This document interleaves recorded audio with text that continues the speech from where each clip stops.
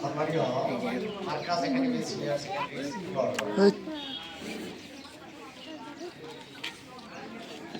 চৰকাৰী শিক্ষাগুৰুসকল, আমাৰ ইয়াত উপস্থিত হোৱা আমন্ত্ৰিত অতিথিসকল, ছাত্ৰ ছাত্ৰীৰ পিতৃ মাতৃসকল, অভিভাৱক অভিভাৱিকাসকল, মৰমৰ ছাত্ৰ ছাত্ৰীসকল, আমি আজি ৭৬তম গণতন্ত্ৰ দিৱস উপলক্ষে উপস্থিত হৈছোঁ আৰু ইতিমধ্যে আমি আমাৰ জাতীয় পতাকা উত্তোলন কৰি আমি আমাৰ ৰাষ্ট্ৰীয় পতাকাত আমি সন্মান কৰিছোঁ। আজিৰ দিনটো আমাৰ ভাৰতবৰ্ষৰ জনসাধাৰণৰ কাৰণে অতি তাৎপৰ্যপূৰ্ণ, কাৰণ ১৯৫০ চনৰ আজিৰ এই দিনটোত আমাৰ ভাৰতবৰ্ষৰ সংবিধানখন গৃহীত হৈছে। অৰ্থাৎ ১৯৫০ চনৰ ২৬ জানুৱাৰীত আমাৰ সংবিধানখন কাৰ্যকৰী হৈছে। ২৬ জানুৱাৰীৰ দিনটো কিয় গণতন্ত্ৰ দিৱস হিচাপে গ্ৰহণ কৰা হৈছিল বা আজিৰ দিনটোত ১৯৫০ চনৰ ২৬ জানুৱাৰীৰ তাৰিখটো কিয় আমাৰ সংবিধানখন গৃহীত হৈছিল? প্ৰকৃততে ১৯৩০ চনৰ ২৬ জানুৱাৰী তাৰিখে পূৰ্ণ স্বাধীনতাৰ কাৰণে আমাৰ স্বাধীনতাকামী নেতাজী তেখেতসকলে তাত প্ৰতিজ্ঞাবদ্ধ হৈছিল।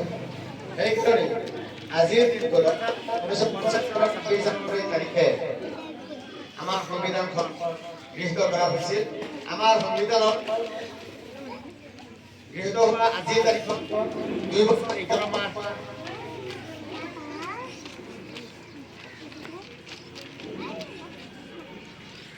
গৃহীত কৰা হৈছিল।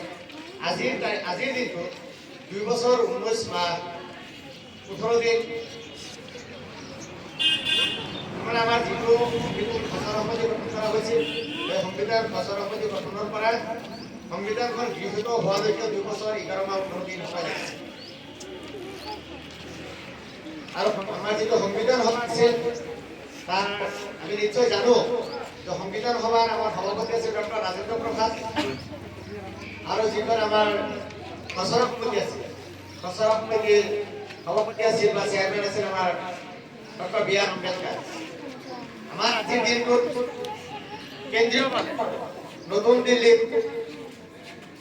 ৰাষ্ট্ৰীয় পতাকা উত্তোলন কৰি আমাৰ জাতীয় সংগীত গোৱা হয়, আৰু এই কেন্দ্ৰীয় কাৰ্যসূচীত ভাৰতবৰ্ষৰ ৰাষ্ট্ৰপতিয়ে পতাকা উত্তোলন কৰে। আৰু প্ৰতি বছৰে ১৯৫০ চনৰ পৰা প্ৰতি বছৰে বিভিন্ন ৰাষ্ট্ৰৰ একীকৃত মুৰব্বীক মুখ্য অতিথি হিচাপে আমন্ত্ৰণ কৰা হয়। প্ৰথম যিটো গণৰাজ্য দিৱস আছিল ১৯৫০ চনত, তেতিয়া ইণ্ডোনেছিয়াৰ যিজন ৰাষ্ট্ৰপতি আছিল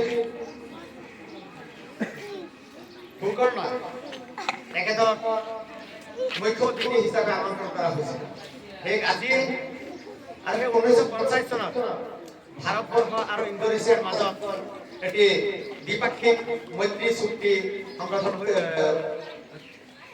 চুক্তি স্বাক্ষৰিত হৈছিল, আৰু সেই চুক্তিত আজিৰ দিনটো 75 ইয়াৰ্ছ, অৰ্থাৎ আজিৰ দিনটোত ইণ্ডোনেছিয়াৰ লগত ৭৫তম সেই চুক্তি দিৱস হিচাপে আজি ভাৰতবৰ্ষত মুখ্য অতিথি হিচাপে আকৌ ইণ্ডোনেছিয়াৰ বৰ্তমানৰ যিজন ৰাষ্ট্ৰপতি তেখেতক প্ৰভু সুবান্তিও তেখেতক আজি আমন্ত্ৰণ কৰা হৈছে, আৰু তেখেতৰ উপস্থিতিত বা তেখেতৰ মুখ্য আতিথ্যত আজি আমাৰ ৰাষ্ট্ৰীয় পতাকা উত্তোলন কৰা হ'ব।